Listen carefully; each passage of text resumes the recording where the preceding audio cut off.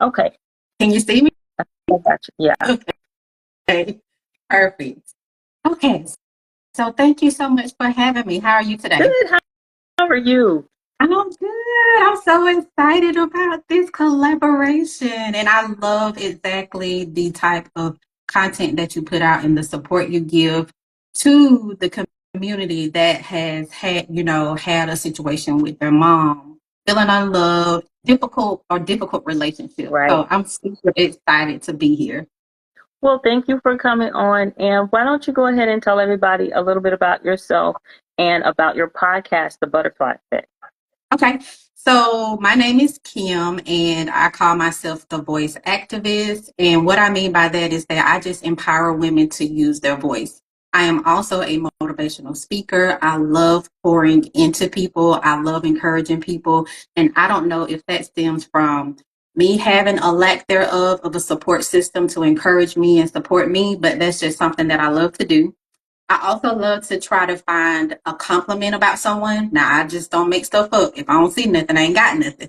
But I love giving people compliments too because compliments go a long way. And as far as Butterfly Effect podcast came about. It's basically, yes, I'm there to encourage women, support women, lift women up, but also just to talk about the trauma, the emotions that women go through as a mom, as a wife, just as a person in general. So it's just talking about those emotions and feelings. And again, giving that support, that pep talk when needed. I love it. I think that you hit the nail on the head. We definitely, as women, can use more support. And I think that it's taken for granted sometimes that, we are so strong that people start thinking that's how we're supposed to be, no matter what's going on. And then it kind of gets in our heads too. But it's nothing wrong with having additional support. And I think the more outlets we have, the better. Mhm. So I'm really excited about the work that you're doing and excited to have you on tonight. So Thank you. let's just go ahead and get into some of the questions. So my first question is, do you feel like in starting your podcast and becoming a voice activist, do you feel like there was something that you had to overcome? Was there trauma? Was there something you needed to heal from that maybe sparked it? Or how did you get started? I love sharing my journey. I love sharing my truth. And majority of my healing comes from majority of my start of my, I don't want to call it pain, but a discomfortable, what is it? Uncomfortable place in my life Mhm. started as a teen. I was a teen mom and I thought I had everything under control. And little by little, it was chipping away at me. And the strength I thought I had, I didn't have it.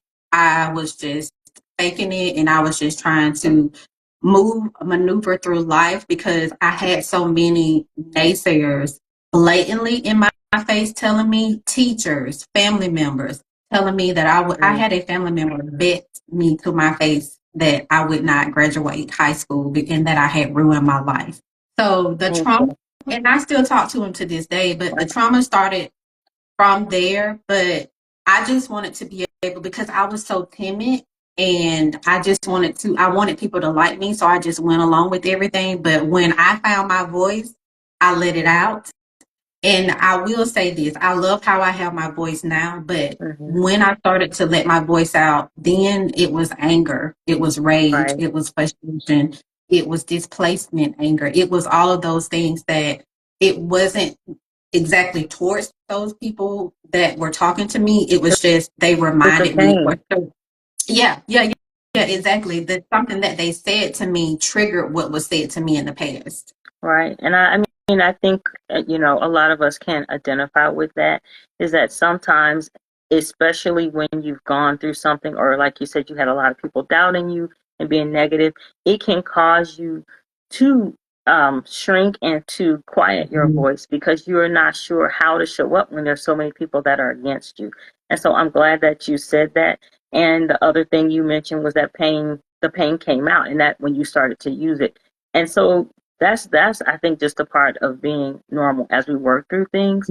I, I find that a lot of the times the pain will find a way out. Yes. sometimes some people can suppress it, and then that's a lot of times where you see it turn into depression and other things. But Mhm. sometimes when you don't suppress it and it starts to come out, it can come out and it's uncontrolled. And so totally Mhm. understand that. And I think it's brave to be able to share your story. And I just so, wrote down what um, you said. The pain will find its way out. yeah, I like that. I love that actually because it doesn't matter if it comes out gracefully or if it yeah, comes out as a ball of anger, it's going to come out. yeah. You just have to recognize what's healthy about that piece. For sure, for sure. And then, in the same way, if you internalize it and you don't allow it out, then that causes a lot of times depression and other issues within. Mm-hmm. So either way, it's going to affect you. Yeah. So I am so glad that you started to use your voice. And so you talked about being a teen mom and how that being like kind of a starting point for some of the things that you went through and not having that support. Can you talk about when you first started to like see yourself or your previous self in some of the content that I put out? Because I think we were talking, and I believe you were on one of the lives, and you said, you Mhm. know, I'm that mom, or I had been that mom. So can you talk Mhm. about how you identified with that and when that happened?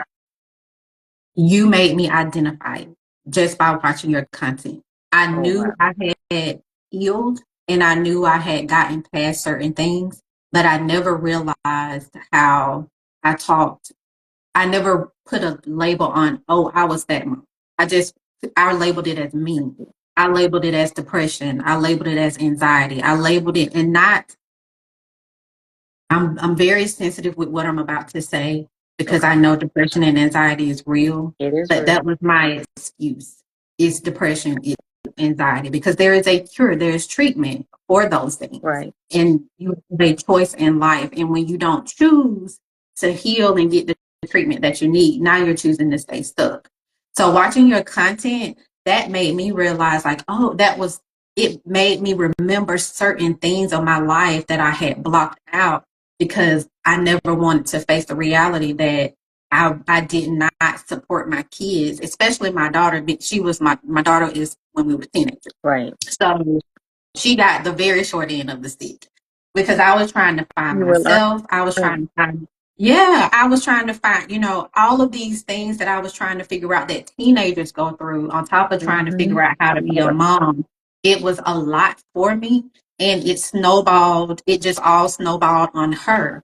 And so, yeah, that's when I realized watching your content, I was like, wow, I was that mom. And it took me yeah, years to going hindsight on watching you, it took me years to get out of that place of being that negative mom, being that mom that always talked about the negative. I saw the good, but I never mhm, spoke of the goodness that was done. I just right, always talked about why your room isn't clean, why you got a B instead of an A. Like, C's get degrees nowadays. So it was just so many right. different things that I look back and see, like, why was I so hard and so difficult? But I know why.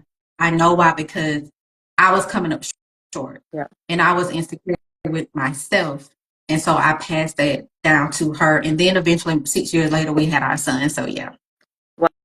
Wow, that thank you first of all for being vulnerable, for being transparent, for Mm-hmm. just being open to say that because I think for as the daughter on the other side of that, a lot of the time, and my mom was a teen mom too as Mm-hmm. well. I could see some of the same things in her, but she had a whole lot of help and she had positivity around her. And so Mm-hmm. I think I expected more, but I can definitely identify with what you're talking about, even though I'm on the other side of it. Right. And because she was young and she was growing. And so because of that, sometimes when you're in the middle of these emotional, of relationships that aren't quite going how we want them to, we're finding our way. Sometimes when Mm-hmm. you're in the middle, you don't know, you don't realize what it is, and you step Right. away or you grow, you mature, and then you begin to put a name to things. And that's Mm-hmm. certainly how I got here. I didn't even understand what being unmothered was and what I was feeling about my Mm-hmm. mother until after she passed away, Mm-hmm. and then I could look back. And so hindsight is nothing wrong with growing through that and Mm-hmm. changing. And one of the things you said was that like you were trying to figure out two things at once. Like you're Mm-hmm. trying to be a mother and you're also a teenager. Right. And I'm not ever going to excuse like mistreatment of people, of Right. anybody, Yes. but it makes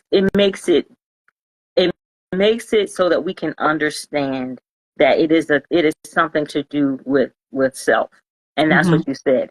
And so I try to teach women that all the time, is that even though your mother may have done some things wrong and may have harmed you, hurt you, and now you have to heal, it wasn't because of you. And that's Right. the huge thing that you just said, is that it was me coming up short. It was me that Mm-hmm. needed to work internally, Mm-hmm. and that was getting passed on. Yeah. And so for each one of us, even if we don't heal now, being daughters that have been unmothered, or if we've had toxic or narcissistic mothers, we are going to pass it on. Right. And so we have to all do the work. So I'm Right. so I glad agree. you shared that. Thank you. And I want to say too, you talked about how you had a positive environment around you. Growing up, my mom didn't speak to me that way, but No, I heard it. I was saying my mother had that. She had that support, because Oh, I think okay. you didn't have it. Hmm. My mother So had what it. I had was my mom my mom was a mom. I'll put it that Hmm. way. And my dad was more of a authoritative Right. dad. And Hmm. now hindsight 2020, I know why, because that's how he was raised. That's you Right. pass on the things if you don't heal Hmm. how you were treated and how you were raised.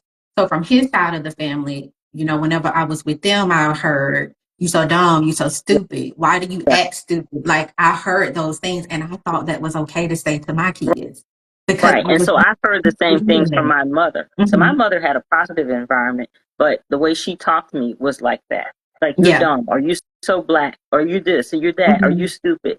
And that could be passed on. And Hmm. so I'm identifying with what you're saying. And I Hmm. think it depends on how much of it, like, that was the environment. And Hmm. so for you, that could be like, okay, this is normal. Whereas for me, I didn't see Hmm. her being treated that way. So that's how Yeah. I kind of figured out it was wrong.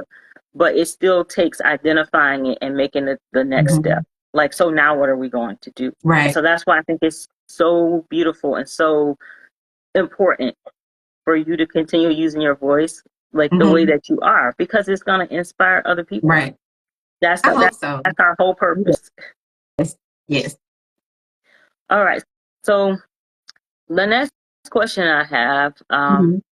is, so you grew up like this and you were thinking that it's normal. What made you at some point want to change? Like, how did that happen?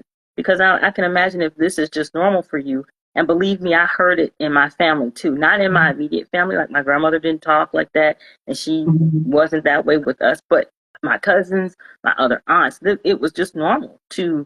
to just talk to kids any kind of way. And Mhm. so when you're raised like that and you think it's okay, how do you somehow figure out, I need to make a change? I was tired of being heavy. I was tired of being tired. I saw what I was doing to my kids, and I was tired of doing that to my kids. Wow. And I had a voice of reasoning that, which was then my boyfriend, but now my husband. But I Mhm. had a voice of reason that would tell me, "Kim, you're wrong. Kim, that's Wow. wrong. Kim, you need to stop." Like I had that voice of reasoning. It was just the biggest thing that I had to do. And it wasn't hard when I done it, but now when I think about it, I was like, how could I have done that? I removed myself from family. That included my Okay. mom. That included my sisters. My brother didn't have nothing to do with it, but he was in on the Wow. fact too. I removed myself because I knew I wanted growth. And I also knew, because one particular sister, I looked up to her so much, and she is a Hellcat. She loved to fight. She loved to Right. cuss. I looked up to her and I wanted to be like her. But I knew what she was doing was wrong. When I heard her talk to her kids, I was like, dang, that's deep. Right. So I removed myself from the situations piece by piece. And then once I removed myself, I started being real with myself. That is amazing. And you Hmm. talk about basically going no contact, and I know there's a whole lot going on about that right now. I've seen it like on other platforms, Hmm. certainly on TikTok. I mean, but it's everywhere. And I even talk about it in my book that at a point I needed to go no contact with my mother. Didn't know what it was, but I knew I couldn't keep dealing with the behavior Mhm. and trying to heal. And literally, I was trying to fix her. And so Right. I applaud your husband for just being there, because a lot Mhm. of times what we don't have is advocates. We Mhm. don't have family members that'll say, okay, this is not good behavior or this is not right. And some of the time it's because that's where they came Mhm. from. It was passed down to them, so they don't know any better. Doesn't make Right. it okay, but they don't know any different. Nothing is telling them this is wrong. But then Right. sometimes, every now and then, you get that angel, that voice that's like, okay, something is wrong here. You can't keep doing Mhm. this. And I'm just so grateful that you listened to the voice and to what was inside you telling Yeah. you. It's upsetting to a lot of people that family members have to be cut off. Mhm. Um, but for me, I know I went no contact with my mother, and then there was a very short time after that, and she passed away. Mhm. So I don't know if I would have been able to continue it. I had gone no contact for the wrong reasons. It wasn't to heal myself, it was more for punishment. But I Mhm. think ultimately, when I lost her, basically, she passed away from breast cancer, Mhm. and so when she died, that was basically the cutoff, so that I could work on myself. And so I Yeah. think that you were able to identify that on your own, Mhm. knowing this is what I need. I'm Right. not going to get better if I continue to have all this Yeah. going on around me. And just the brave that takes immense bravery. That's what Yeah. people don't want to do, because the loneliness that I hear, people come on the page and they'll talk about it. It's a lonely place Mhm. when you have to cut off family, or change your environment. How were Mhm. you able to get along? Because I think this will help people. I know it's not one of the questions we talked about, but if you can speak to Mhm. that, how were you able to do that? I imagine it was really, really hard. It was not hard. Mm, That's why I'm saying I look back. I'm known to be a selfish person. So once I get my mind made up, my mind is made up. The most difficult, I kept in contact with my okay. mom. I will say that. I kept in contact with my mom. But everyone else, I did not have any regrets Okay. because I saw the effect that they had on me. I Wow. saw, not only saw, I felt like Mm-hmm. I didn't move far. It was probably like 30, 40 minutes away, but we all Far were in enough. the same building. Yes, yes, it was far enough. So when I disconnected from them, like I said, looking back, I was like, dang, and maybe it could have been, me just so I I just disconnected from them because they were my hurt. They were part Yeah. of my And you pain, my needed to. pain point. So Mm-hmm. I needed to just let go of certain aspects of them. From time to time I would chime in and, go to family functions and all of that, but I would quickly exit left if Right. I got too uncomfortable. And there were times I was taken out of character, but Right. it was just growth. It was a growing process. And, like I said, looking back, I was like, how did I do that? Because people ask me, how could you just cut somebody off and you don't have any feelings? I guess because once you pick at something for so long, it becomes numb. Mm-hmm. You don't have that feeling anymore. And then I would also say too, well, in my case, it was self-preservation. I Mm-hmm. was I was like, it was damaging me trying to fight with my mother and trying to get her to be a certain way and treat me a certain way and talk a certain way. And then it was like, if I felt like it was extending, like her behavior was extending to my siblings, which wasn't normal. And so I didn't Mm-hmm. know what was going on. And I felt like it's almost like you're suffocating. And so I think people that don't have these types of dynamics, they don't have uh, um, problems like this, or a mother that is, not able to treat them well, they don't know what it feels like. So they can't Right. imagine how can you cut somebody Right. off, or how can you cut off your family like this, and specifically your own mother, like in my case. How can you do that? You can do it because the self-preservation sometimes kicks in, and it's Mm-hmm. it's you or it's them. Right. And if it's Right. and if you want to live, and if you want to be able to do the things that you should be able to do in your life, you have to make a Mm-hmm. decision. I You agree. have to do it. And with the African American Yeah. community, maybe with others, we're taught to stick by your family, stick by Yep. the person, no matter For what sure. they do. So, you have to. you have to dig from the root of certain things that were planted because it doesn't make sense. I agree. I agree. So when you talked about, as you were going through that journey and you touched on like if you were in an environment and you needed to leave or sometimes it didn't work out and you were taken out of character, and I have certainly been there. If you read the book, I have been there, like Mm-hmm. fighting with my mother, so I totally understand. But can you talk about how like boundaries and communication and Mm-hmm. trust, how does that help you when you're on the healing journey? Like recognizing, where you are and where you want to move to. How do those things help you? Because I guess, you still have some interaction with Mm-hmm. family. So boundaries might be huge there. Boundaries were tough. I, to this year, struggled with a few boundaries when it came to That's my okay. family. That's okay. It is, but that's their problem, not mine. That's how I look at it. Mm-hmm. Mm-hmm. Because at the end of the day, I have learned that people don't understand or want to accept no because they don't like being told no. They don't.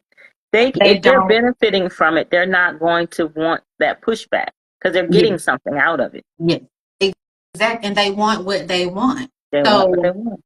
when it came to me establishing boundaries, it was something that I had to roll out easily because I'm very sensitive to, so I respect who I am and my boundaries, but I'm also very sensitive to my parents and the era that they grew up in. Uh-huh. You know, you say one wrong thing in the wrong way, they swear you're talking back. Right. But I had to keep having that Yep. conversation with them to be like, no, I'm not being disrespectful.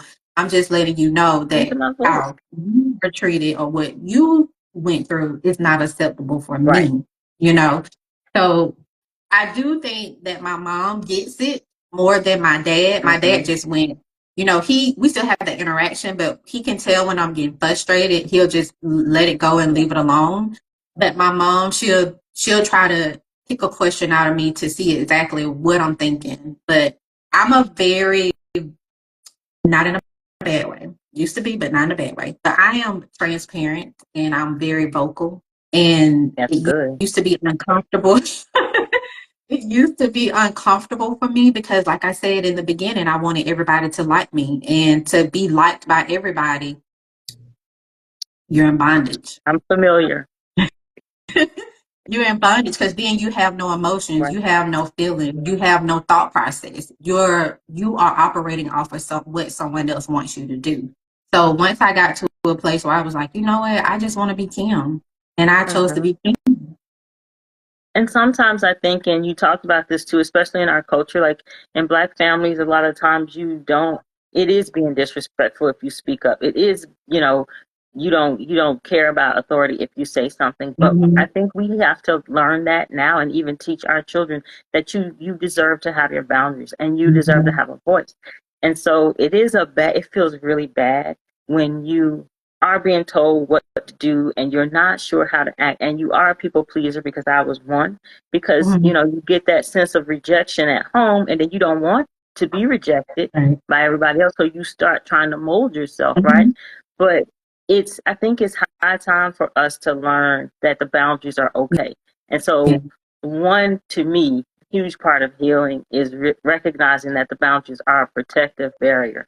They are Yeah. there to protect you and they are your right. But Mhm. we have a long way to go with that. But I Mhm. believe it's beginning to take root. And I would just say, for anybody out there listening, the younger you can teach children, and even if you are older and you have to learn yourself, but the sooner you start it with implementing your boundaries, the more it'll help you if you're on a healing journey. Right. And even if you're not on a healing journey, it protects you. Right. The boundaries will Right. protect you. Um, well, let's talk about how like how do you feel like the changes that you've experienced now as a mother and the Mhm. growth that you've seen, and now you have a son. How is like your past behavior different now that you've had an opportunity to look back and make some changes, and how does that affect the relationship that you have now with your children? Okay. So with my daughter, like I said, she got the short end of the stick. Bless her little sweetheart. She is we had to have a conversation. I had the conversation in so many different ways because I did not know, because of how I mothered, I did not know how to communicate with her. So I wrote it out. I sent an email. I did a text message. I did it verbally. I did it in so many different ways because I wanted to make sure that she understood that I was genuine and I was coming from a genuine place when I apologized to her. Mm-hmm. And I tried to be very specific because I know she's a very specific person, but I couldn't get everything in. So she kind of caught my drift of me apologizing to her. So with our relationship versus then she would, like, if we were out somewhere, she would immediately shut down because she felt like she knew she was going to make a mistake. So she just decided to shut down so that she wouldn't get yelled at or Right. she wouldn't get cussed out or whatever the Right. reaction I would have. She just immediately shut down. And she told me that. I'll never forget one day looking back in the car and I was like, what's wrong? Like, we all having a good time. And, and I said, well, what's wrong? And she was like, nothing. I just don't want to say the wrong thing. Wow. And to this day, That's her and heavy. my son, they still like will be like, okay, mama upset, don't say nothing. They'll still to this day have that reaction. And I want them to understand, which they understand, but they, kids, they love the joke and all this other stuff. But I feel like the joke is also their truth. So Right. I allow it. It's not I allow it and give them permission, but it's just I allow them to be who they are. Right. And so with my daughter, it's just apologizing, asking for forgiveness. We're building our relationship. We love to text. She just moved out not too long ago. Hallelujah. Thank you, Jesus. I had her and my grandbabies here. But That's she amazing. just moved out, so we call and we text all the time and share recipes and all of that stuff. But I still know that there's some hurt Yeah. and some disconnect, especially like when it comes to hugging and stuff. She never Mm-hmm. said this, but I said it to her, and she never disagreed or agreed. But I told her one day, I said, I don't know why you don't like for me to hug you. I said, but I think it's because you associated me touching you with pain and Mm-hmm. trauma, doing, being punished for something that you did. And she never acknowledged it, but she would just be like, I just don't like to be touched, but I feel like that's what it is. So That sorry, I could can be go it. on, but No, sorry. it's okay. That could be it, but it also could be like in a case of with my kids, they don't just they don't like to be touched like that Mhm, sometimes. So it could be that it is associated with pain for her, or it could be that she's just not a touchy-feely person. yeah, So with mine, I have to ask them. Like I have one, mhm, she likes hugs, but she doesn't always like them all the time. mhm, So either she asks me, "Can you hug me?" or I ask her, "Do you want a hug?" And if she says no, so it just depends. yeah. But I'm so glad that you're able to identify that and talk to her about it because it can open the door for her to share. Right, right. And with my son, like I said, I feel like he learned from her. She is my rebel Okay. child. So he learned, like, okay, don't play with mama when it comes to that. Like, he caught Right. on to triggers and things. Okay. Now, I will say that he's more reserved than her. Hmm. She's quiet and she's laid back, but she'll sneak something on you in a minute. But with him, he was just with my son. He'll always ask. He'll always ask, and I say that he has my personality, like vocal, honest. He has my personality, but with him, it was just again building that relationship, learning to spend more time with each other. On Saturdays when dad is at work, we order Waffle House. Like those, it's just some things that we do to have that bond. And the other day, he asked me if I wanted Waffle House, and I was like, no. And he came. He think he grown, but he ain't. But he came in the house like, why you don't want a Waffle House? And I was like, I'm going on a cruise and I'm trying to get myself right. So How old we is he? can get in a minute, but yeah, it's just building that relationship, listening to their boundaries, listening to how they communicate with their friends or one or someone else, so that I can fit myself into that Right. piece of their life. And how old's your son? 19, he'll be 19. 20 in Okay. August. All right. I Mhm. have a 19-year-old. My middle one's 19. My Mhm. other two are 17. And then I have a 20-year-old. So they're all a year apart. And even at that age, and there were things I had to learn too, Mhm. being a mother. But I just think the the benefit of healing is so clear when you can look back, and just like with your experience, it's amazing that you have the opportunity to do that, Mhm. because so many parents, we mess things up or we don't get it right, and then the kids do shut down and they never open back up, or they do have to go no contact. And I think that it is so wonderful and a blessing that you were able to move yourself away from your family enough to start healing, and Mhm. then to reach back and say, okay, what do my babies need? How do Mhm. I want to show up for them? Because that's what I'm hearing, is Right. that you did that. I did. You did that Yeah. work. You did the self work. And it's Mhm. not like, we don't all make mistakes. And so I don't want to shame anybody ever, or make it feel like, well, you have to be a perfect mother. You got to be a perfect Mhm. person. No, all of us are flawed. Yeah. But I just think it is such a blessing that you were able to go back and say, all right, I'm working on myself now. Now I can address some Yeah. of what I need to. And you're able to see and listen and be present right Mhm. now for what they need. Yeah. Because people And think it's over when they become teenagers or whatever, and it's it's not. it's not. And I It's also not. look back at my grandkids too. And, I used to be like, oh, you just trying to make up for when you weren't there for me, but now I see you Yeah. just, when you have grandkids, you get a chance to do it right. Right. If you choose to, you That's get a right. chance to do it right. And like you said, you're not going to be perfect. And I don't want to be perfect. I am a very realistic person. So when Mm-hmm. I am communicating with anybody, you're going to get the realistic version of Right. me. I see both sides of the picture, but I just don't. Life is not rainbows and No. butterflies. I wish it was, but and that's what my daughter thought. She thought the world was just amazing until we moved to Alabama and she started to experience racism Yeah. because her tone is darker than mine. So they Yeah. always had comments about, "Is that your mama?" and all this other stuff. I would shut it down with the quickness. Like Right. I had no issue with addressing it, but at the same time, it was just I just want not only my like you're saying, not only my grandkids, but my kids to know, like you said, it's never too late Never to too late. heal. It's never too late to forgive, and it's never too late if it's warranted and wanted on both ends to build a healthy relationship.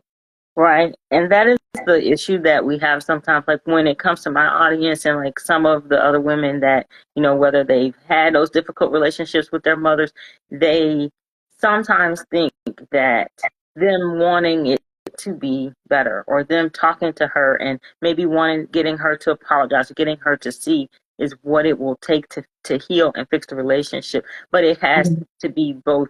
It has to be the daughter and it has to be the mother. And Yeah. so I keep saying this, and I probably said it today, is you can't change anybody. You Mm-mm. can only control yourself. And so for the daughters listening, this Kim is speaking to it. It's a perfect example of, your mother has to want to make that change. So it has to be both Mhm. parties in a relationship wanting to do the work. Right. And then I think you will start to see some of these benefits that we're talking about. Yeah. Um, well, let's keep moving. Try to get through all my questions if I can. Okay. This has I'm a just little been petty. so good. No, it's been great. Just what you're sharing, I think is hopefully definitely going to help somebody. So, what are some of the strategies and tools that Mhm.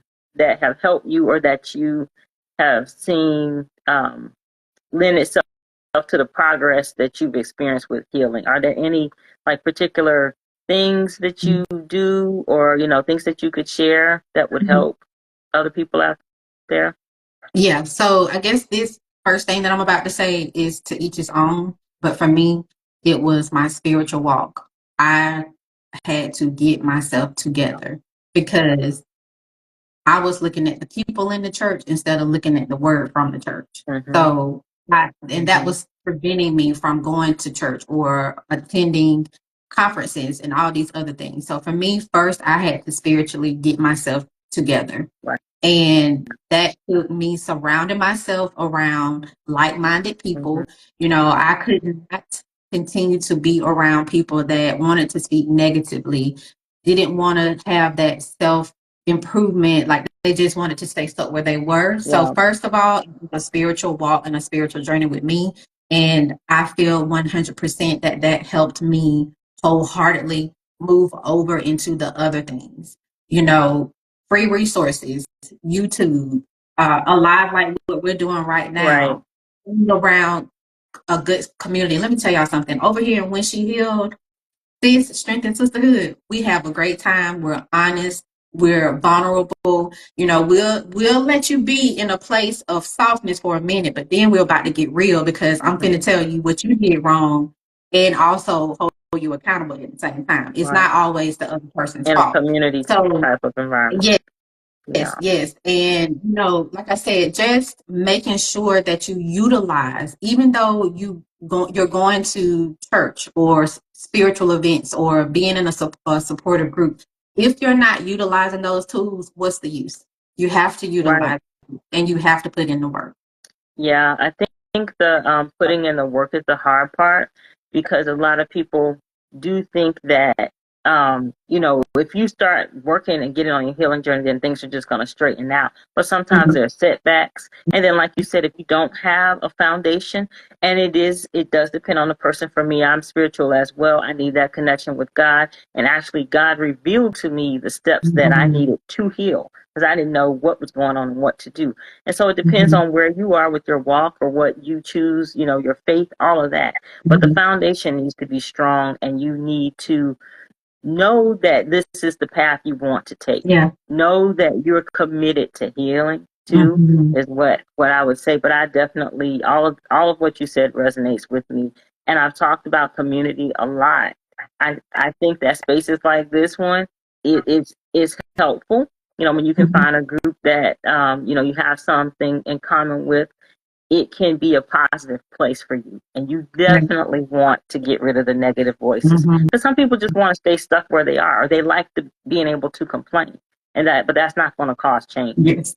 So if you are really about it, Yeah. about that life and you want to fix things, then definitely look at the circle that's around you. I love that. Mhm, Um, want to try to make sure we talk about self acceptance and mhm, forgiving yourself when mhm. healing.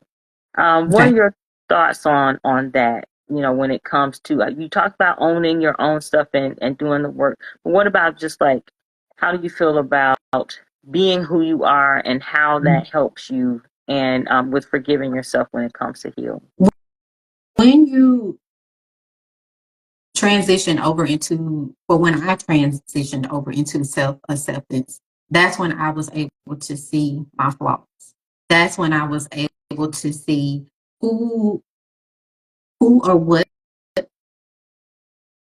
who or what I was willing to stand for, who I was Mhm. willing to be around, who I wanted to hold me accountable. Because, you know, back in the day, people were like, yeah, Kim, say that. But you're telling me to say the wrong thing. Right. Now I need to be around people that saying, you know, that's wrong. You know, you were dead Yep. wrong. It was just me accepting who I was and removing myself from around those people, which allowed me to go into forgiving myself from those chains that were held me bondage. And I had a Yeah. lot of chains, but when the chains were removed, it was definitely freeing.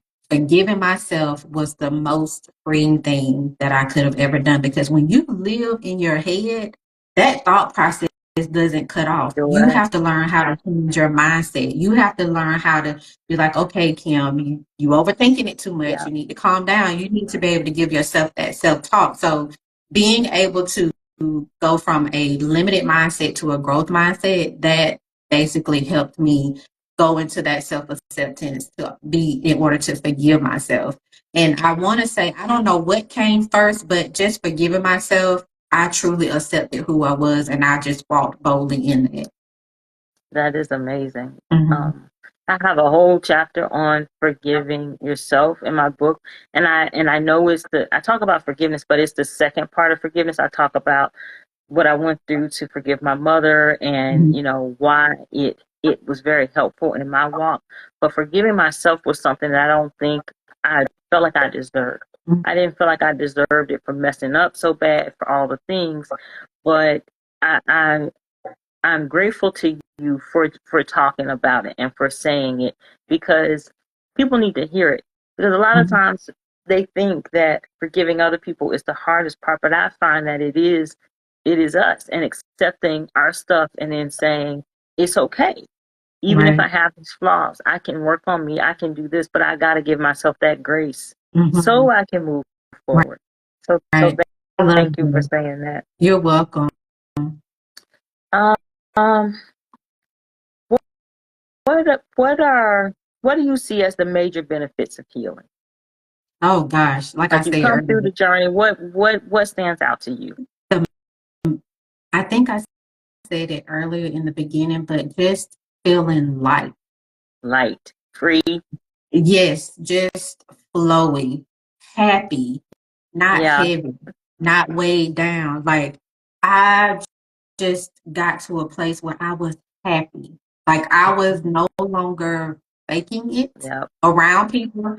I was genuinely, truly happy. And how I know that was because I was no longer searching for things. When you're Mhm. unhappy and you're You're unsettled, looking you're for constantly fulfillment. yes, you're constantly looking for something. There's something that you think is going to make you happy. Yeah. But at the end of the day, if it's rooted inside of your soul and you haven't picked that thorn out, then you're not going to be happy. It's a temporary happiness. But just recognizing what is healthy, what is unhealthy, and what may be healthy to someone else, it may not be healthy and work for me. And I Right. have to be okay with that. I have to be okay with, well, they love to call this person baby, sweetie, and honey, but my kids don't want to be called that. So, okay, I'm Hmm. going to call you what you want to be called. So it's just all about accepting who I am, realizing the type of parent that I want to be and how I want to show up. Wow. I love it. I love it. It is so freeing when you get on the Mm-hmm. healing journey. And again, it's like I want to keep reiterating, it's not going to be an easy walk. It can be very ugly Mm-hmm. to look at all the things and to put them out there. But the benefits are huge. It just outweighs all of it. And I think for me, it's also like you said, like feeling light and feeling free and being able to be happy. But I think it also opens up the door for like what you can receive. Because if Yeah. you're so heavy and you're weighed down and you have a whole bunch of things on your mind, in your heart, you can't get poured into. You can't even receive the new things that are out there for Mm-hmm. you. And so it's important for us to heal and to understand that the benefits will transcend anything we've ever seen. We Mm-hmm. just gotta walk it out. Right. Just gotta walk it out. And that Well, goes back to when you were saying about earlier when I was telling you that my husband was like, Kim, that's not right. That's not right. I was in a hard place then. mm, Wasn't in a place to receive what he was saying, but later down in my journey, when he was still saying those same things, I saw and I heard and I and understood what he was saying. mm. And So that yeah, was so because, that makes sense that you were in a certain place where you couldn't really receive it yeah, at first. yeah, yeah. Because I was like, And oh, so now you against me too? right. Everything is just against me. It was all about me. But Hmm. yeah. I mean, but I think all of this is a part of the journey, and there are different aspects and points where you're going to be. It's almost like Mhm. when you look at like a grief journey, like how grief has different phases that you Mhm. go through when you're grieving a loss, whether it's a personal loss of someone that's close to you. There are different phases. It can be the same thing on a healing journey, Right. is that you're in different phases of it when you're starting to heal. But I just love your openness and the way that you're sharing, because just you are so vulnerable, but it's in a beautiful way that I think Mhm. people can see this is real. This is Yes. real. You Yes. can be in a place that you don't want to be, or even a place you don't recognize, Mhm. and then somehow things start to shift and you can be in a whole different place where you can be happy, where you can enjoy your family, where you Mhm. could be looking forward to what's coming, and you can help other people, which is Right. what you're doing. That's Yes. that's To the be a light amazing thing, to other people. That's what it's right? all about. That's our Yes, purpose, just to be a light to someone else. right. And we can't do that if we're broken and if we're dim. Mhm. So thank you for that. Well, we're gonna wrap up. I just want to know if you have any closing thoughts for everybody watching and those that are going to catch the replay.